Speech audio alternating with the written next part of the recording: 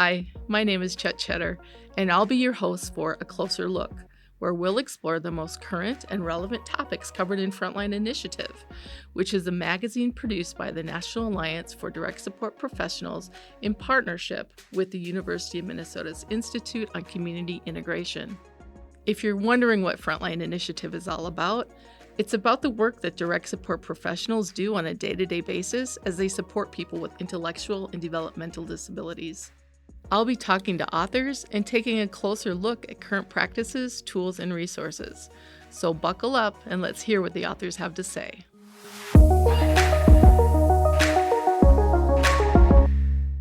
Today, I get the opportunity to talk with Michelle Murphy.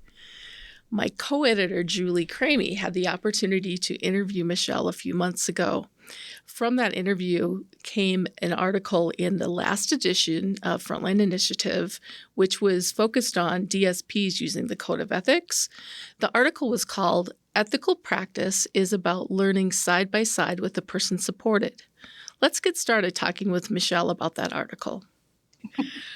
Welcome, Michelle. We're so happy to have you here today on A Closer Look. Please tell us a little bit about yourself and one fun fact. Hello, Chet. Thanks so much for having me here today. My name is Michelle Murphy. I'm with the ARC Mid-Hudson in the lovely Hudson Valley in New York State. I am a DSP certified first. I've been a DSP for about 19 years. And it's a job I've always loved. I left it and came back to it because I liked it so much. That's so brilliant. Right? That's kind of nice. My sister is a person who receives supports at a provider organization. And she's the person who referred me to the job initially. She told me, I know you don't like your job. And I was like wearing a suit to work, pushing paper. She said, I know you don't like working with all that paper. Why don't you come work where I work? She worked in the workshop at the time. And I don't know, I guess she just saw something in me. And it turned out to be my claim to fame. I ended up working here at this organization because the person who trained me said, get out of what you're doing, come back. So I did. Like, all right, I'm easy. Sounds good. I just wanted to find the work that really meant something to me, that fed my soul and made me feel like I was making a difference somewhere rather than just kind of running the rat race and pushing around paper and helping people manage their wealth. I wanted to find my wealth, whether that was a whole pile of money or something else. Sometimes we find one, sometimes we find the other. You never know. I'm also the local administrator for the eBadge Academy here at our organization. I don't know that it's a highly sought after position, but it's one that I truly value and I really enjoy. I'm also a certified DSP, and I'm in the program now. I'm in the micro-credentialing program. I went back to college after 20-something years, which was daunting, and I bit off a little more than I can chew, so it's been a little stressful, to say the least, but I made it through this first semester back. I'm going to end up with 9 credits and a DSP 2 certification, so that's exciting. I still work as a DSP on call. That's fantastic. Yeah, what a career, and good for you for making a career change and trying something else that would really fill your soul, right?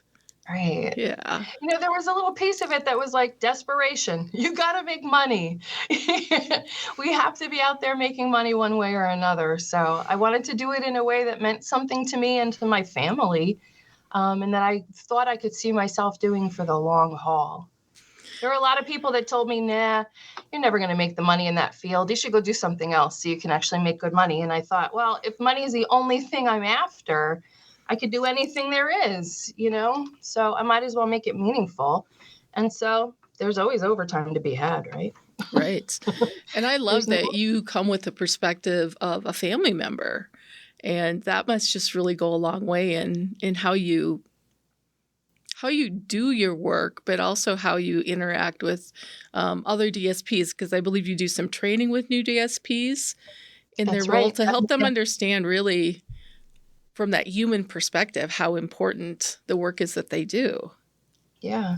And I'll tell you, Chet, the majority of people that I meet that come in as new hires or that are here and working with us that I'm training in strategies for crisis intervention and prevention, or CPR, or even in the eBadge Academy, there are people with a lot of personal experience as well. You're hard pressed to go out into your own community and not find a person that has a different ability. Right. Whether Yeah. it's on paper or not. And I think that the people that we find, the people that are drawn to this field, are like-minded and like-hearted, and they have some similar experience, if not a little more individualistic and different. Yeah. Yeah. So let's talk a little bit about the article that you wrote for Frontline Initiative. And it was in the last edition, which was called Direct Support Professionals Using the NADSP, so that's the National Alliance for Direct Support Professionals, Code of Ethics, which is a document that's been around for several years. And it has 9 different tenets in it. And when you look at that issue of the Frontline Initiative, you'll see that we've got different examples, different stories and articles and some videos connected to each one of those tenets. The tenet that you wrote about really had to do with social justice and those sorts of things. So why don't you tell us a little bit about the article you wrote? I know that there was questions about language and how someone was using it, a person supported, and how you kind of worked with that situation. Oh, I'll tell you what, it was a challenge to write the article and find the correct words. It was a challenge to find the right words, even when I was having the conversation with the person. And it happened over time. I'll start and I'll probably end with that piece, that it occurred over time. So I worked in a group home environment as a DSP, and the person I supported was a woman of color, and she often identified herself and other people of color as quote unquote colored people. And she was, born in the end of the 50s and raised in the 60s and, grew up around that time frame that I did not. I'm a bit younger. I was born at the end of the 70s and, grew up in the 80s. So I was shocked the first time I heard it, and I thought, oh, that's interesting, huh? And it made me just start to think about this person's perspective. Maybe I started to kind of ask questions here and there about when the person grew up, and things like, what kind of music did the person listen to? What kind of clothing did they wear? Where did they live? Where did they go to school? What did they do for fun? Like all the things that you want to learn about the people that you're supporting to find out who they are as a human.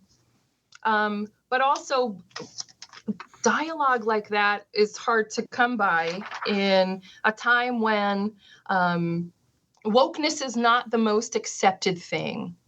And if you're not quite saying things correctly or appropriately, or understanding things correctly or appropriately, you may be caught off guard in social situations, or you could offend somebody. And so I wanted to help this person to understand while I learned as well. Mm-hmm. Yeah, I was going to ask, when you say wokeness, could you explain what that means? Oh, to me, wokeness means that you're of the mindset that appreciates and understands different people, who they are and how they identify themselves, outside of oppressive language, outside of social stigma or social oppression or discrimination. And so applying terminology that's, not outdated is, to me, a more woke concept. Sure. Thank you. Considering who the person is and how they prefer to be identified, how they identify themselves culturally, personally, sexually, physically, however it is, and finding that out before you apply generalized terms to people. I think it's similar in the way that our organizations identify themselves as well. So I work for a provider organization called the ARC. It was not always called the ARC.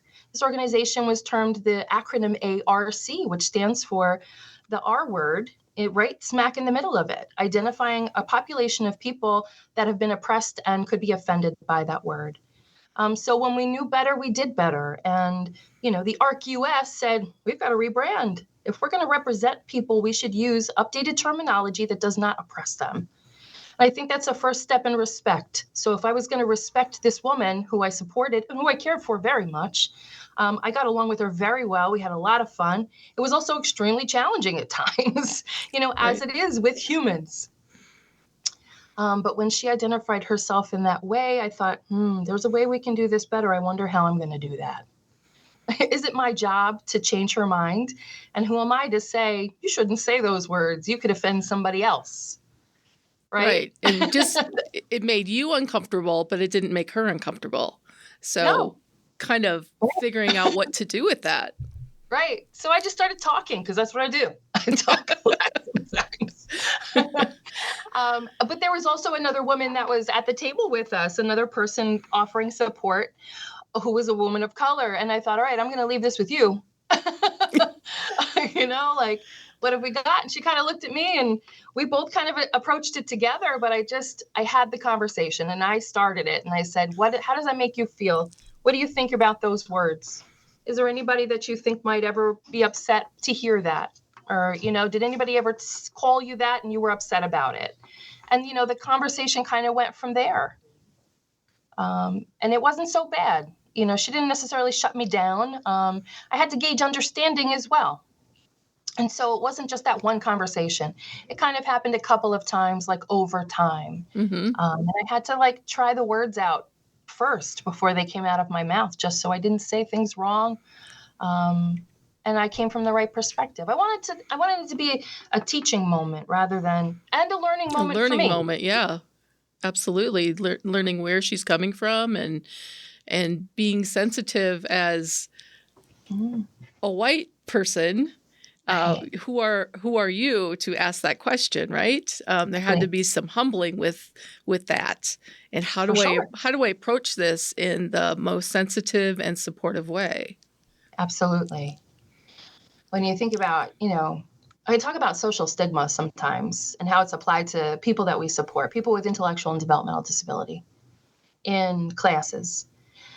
And I asked the people, what kind of stigma is attached to these labels that people are carrying around with them? You need the label to get certain kinds of health care. You need a diagnosis or a label to get social services. But is it, where does that stop? What else does a label do for you? What else does a label do to you when you kind of section yourself out from other people? And how do you get back to the commonalities that you have with other people in your own community? And the stigma basically says that, well, these people that are receiving services are just kind of leeching off of the social system and not contributing to society. And I find that to be a gross misrepresentation. Absolutely. Because the people I support certainly are contributing to their society and their communities. They just need the opportunity to have visibility the way that they want to have it. And be part of conversations that they have not been historically part of. Right. Yeah. So when you started having that conversation with her and the other person, how was that received? And I guess one thing before I even ask that question is, I would imagine you really had to, and you wanted to build some real relationship with her. Before you even had that conversation. It also sounds like you did a little research. Yeah. I took to the interwebs. I made sure that I was, getting the information I needed to say things correctly. I talked to people that I knew and said, what do you think about this conversation? And I came to the conclusion that I needed to have I needed to talk about it. And it was okay for me to talk about it. In my role, and part of my obligation was to help to equip this person and prepare them to be in their community and be safe and healthy. And if that meant educating them on more contemporary language or better ways to communicate with people in their community, then that worked. So if they're just seen as people that are not really talking to anyone behind counters or walking on the street or in social groups, they're just being spoken for by their direct support professionals or whoever their representatives are, then the person doesn't have any autonomy. Right. And that tells me that the person's self-image is just based on somebody else's expectation or somebody else's view of them, rather than figuring out what the person's view is of herself. And I thought, all right, do you see yourself this way? And what does that look like for you? How do you feel about these words? If someone called you that, would you feel any way about it? And she wasn't sure. And I said, all right, well, think about it. I want you to consider there's another way that you can state this. You could call yourself, here's my name. My name is Annie. Or you could say, I'm a woman of color. Or you could say, XYZ, whatever else felt comfortable. I said, but let's look at it together. Let's talk about it together for a minute. And she was like, okay. She was sweet like that. Okay. And I was like, all right. And ultimately, I'm sorry, go ahead. That's all right. I never heard her call herself a colored woman again. Well, I didn't hear her say the words again personally. Maybe she said it outside of my presence. I'm not sure. I didn't dive super deep into it. I just wanted to be sure to have the conversation. Something else I did was also let the other team members know this is what I said. This is how we said it, Think about it. Like it's not just that conversation. There are other conversations to be had. What if the person doesn't feel comfortable with the gender they were assigned? What if the person doesn't feel comfortable with the sexuality that you assume they should have, right? So these are conversations to be had for people. We're supporting people that are adults. They're not children. Right. And they're not our children. It's so important to have the conversations, especially to really get to know someone and who they are as a person. Yeah. Right? That's why you got into this field as a DSP, because you wanted to get to know people and support them to live their best life. Truly. I really wanted somebody to be out there other than me to do that for my sister too. No doubt. No doubt. Michelle, another thing that you wrote about in your article that I found really interesting, and I would bet it happens a lot, unfortunately.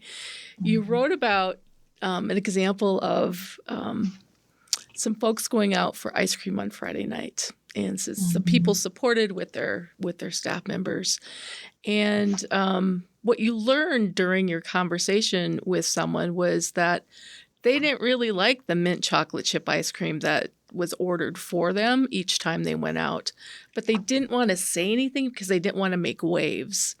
Talk more about this, and what suggestions do you have for DSPs who are supporting people to make their own decisions? My number one suggestion for DSPs is to get to know each individual person and ask the questions. What's your favorite flavor of ice cream? What kind of music do you like to listen to? What are your favorite movies? And if they don't have answers, then it might be time to just start diving in and saying, well, let's try a couple. Right. Do you like horror films? Do you like comedy? Do you like action? Let's go out to the movies. Let's rent some movies from the red box outside the grocery store, if they still have those. I don't even know. I think they My do. friend told me that she took her young children to the mall to go watch a movie, and they said, "What's a mall?" And I was like, "No, what's happening in our society? Times are changing." Oh no, what's a mall? Just ask the question. So I became an interviewer for an organization called Council on Quality and Leadership. And they're an organization that you invite in, and they kind of help you pull apart everything that you're doing as an organization to see where you can do better. Help us, dot our I's and cross our T's. And as that interviewer, I had to go out and kind of invite myself to people's dining tables for a cup of tea or something and say, I've got 47 questions to ask you on this list, but I'm going to make it into a conversation to assure that you're receiving all the services that you require, that you prefer to have, you're getting where you're going. And one of the questions was, do you have the favorite flavor ice cream you want in the freezer? And do you go get it yourself, or does somebody know about it? Also to ensure that people were free from abuse and neglect and understood what that meant. So there were a whole bunch of questions, and this is the question that came up.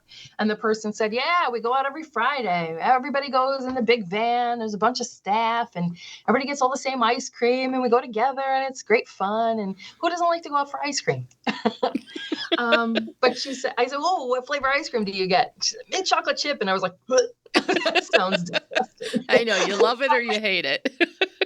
My least favorite flavor ever. And I was like, well, haven't you ever tried anything else? Never Baskin Robbins. And she just said, nah, I don't want to make waves. I don't say anything. Just want to enjoy the time and not have to make anyone do any extra work. I think there's an element of when you're the person receiving services, accommodations, assistance day in and day out, and being told you have a disability and this means you can't do certain things, then you're less likely to put a lot of pressure on the people that are helping you. You don't want anybody to get an attitude with you. You don't want anybody to not help you. You just kind of want to be sweet and kind to them, even though it might be phony sometimes, just to keep things moving. And while the staff are genuine and well-trained and skilled and, compassionate. Well-intentioned many times. Absolutely.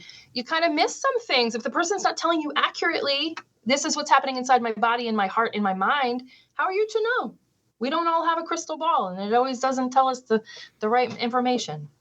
Right. I'm still waiting for the winning lottery numbers, I'm still waiting. Just taking the time to ask questions, but to also listen. Yeah. Like really listen. And I really loved how you talked about people may not have, the experience of having seen a bunch of different types of movies or tasted different sorts of ice creams, whatever that is. So let's give them that experience so they know what it is and they can make a decision, and they don't have to have the same ice cream every time they go, right? I don't. I get something different. Everybody wants to have those experiences. Sure.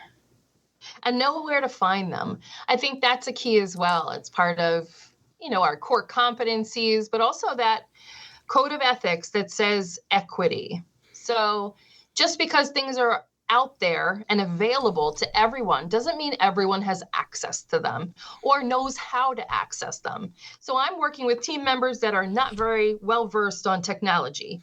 So the technology is available, but they need some education. Same with the people that I might be supporting. Yes, there are tons of opportunities and options out there, but if they don't know how to attain those choices, then it's good as not being available. I just think it's important for us to ensure that everyone knows how to get to the things that they want as independently as they can. And as DSPs, we are sometimes that vehicle for opening up those doors, if you will, or those windows, so that people know that there are other choices out there and feel confident to try something different or ask questions. That's part of our role as DSPs to do that, right? And I think it's respect. It's respecting the other person as a human, as an autonomous being, and giving people the tools that they need to just ask. You said confidence. Confidence is built over time. I'm not confidently balancing a checkbook until I've had some education on it. I've practiced it a bunch of times and I've done it well, consistently. Then I'm confident. So the people we're supporting, even though they're well into their adulthood, and they have a whole world of experience beyond my age range, even if you just think about the lapse of time, but they're experience poor in a lot of areas. Mm-hmm. Yeah. So I think I talked about decision-making in different areas in that article as well. And when we talk about, consent, we talk about this. So is a person able to consent for medical services, consent in sexual nature? And how do we decide whether a person can consent in one area or another? Maybe there are assessments. We have educational sessions with them. Maybe it's just conversations. Or we're watching YouTube videos, or, we're using different kinds of platforms to ensure the person understands the thing we're trying to communicate with them. And then give them a chance to take a risk, that's sheltered enough, but gives them some independence and autonomy as well to make a mistake and to maybe fall flat on their face. And that's part of the human experience, right? Absolutely. Yeah. Yeah. I support a man who just turned 50, and he wanted to learn how to play guitar. And so his family was able to set up guitar lessons with a person who has some music therapy in their background. And after playing guitar for a while, they realized that he also really likes to sing. And he's never sang before in front of other people. Yeah. And so to have that experience at almost 50 years old, to be able to say, I really enjoy singing and doing it is really like, wow, I wish you would have had that confidence and support to do that years and years ago. But I'm so glad he has it now. What a great way to express himself. Oh, for sure. And how joyful must that make him? He feels really proud about that. Yeah. That's so nice. It just made me think about, who I thought I was when I was a young person and I had certain skills or talents, and then maybe, abandon those talents. Like I used to be a musician, I used to be a singer, I used to be like a competitive swimmer. And then for years, I just didn't do those things. Mm-hmm. And I didn't identify myself as a musician or an athlete anymore. Like, who am I now? And people we're supporting get to go through those like seasons of life too. Absolutely. I mean, we all do. That's part of, again, the human experience and how we want to live our lives is by having different experiences and Yeah. trying different things. And how do you know what you like if you never get to try it, right? Yeah. Yeah. So, Michelle, any final words as we kind of wrap up here that you have for DSPs and even frontline supervisors when they're thinking about, using the code of ethics to kind of guide their work, not only in this particular tenet on justice, fairness, and equity, but in any of them. That was a really big question. It was a big question. I think I have a decent sized answer. Right. I bet you do. I found my career in this field, and I value my position as a direct support person. I value my position as a leader and a trainer in the field as well. But I continue to grow and learn as best I can because I know that people change, circumstances change, our systems change. And I kind of want to be part of that change. I want to be part of that growth. And I know that the best way to do the work that I do or to provide the services that we provide is to continue to grow with the people that we're supporting. So if you start first with that individual, you follow this code. I mean, you could even follow it so loosely. Even if you follow this code at baseline, just assignments every day, just to get by, a person has a decent quality of life. But I found that it was so rewarding when I really pushed myself a bit, when I really pushed the card. I tried to make a little change here and there, and just baby steps, the same way that we do, life plans or, reaching any goal, really. Break it down into like bite-sized pieces that are manageable. You can be really successful and feel like you made a difference in a person's life. I also would want to warn people to not attach their success to another person's success, in that the plans that are made with people receiving support do not indicate whether you're doing a great job or not. If the person you supported, Chet, did not discover that they were a singer or, gave up on the guitar after the first lesson, it doesn't mean that you failed. It means that the person decided, I tried it. Thanks for the chance. Let's try something different. I want to encourage people to not be discouraged when they don't see leaps and bounds of progress immediately, because we live in a culture of bigger, better, faster. I need it now. I needed it yesterday.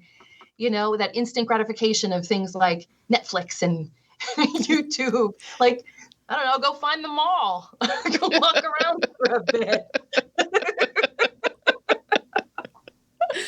Really take the time to discover who you are as a professional and how you can lend to the services and improve that quality of life of the person supported.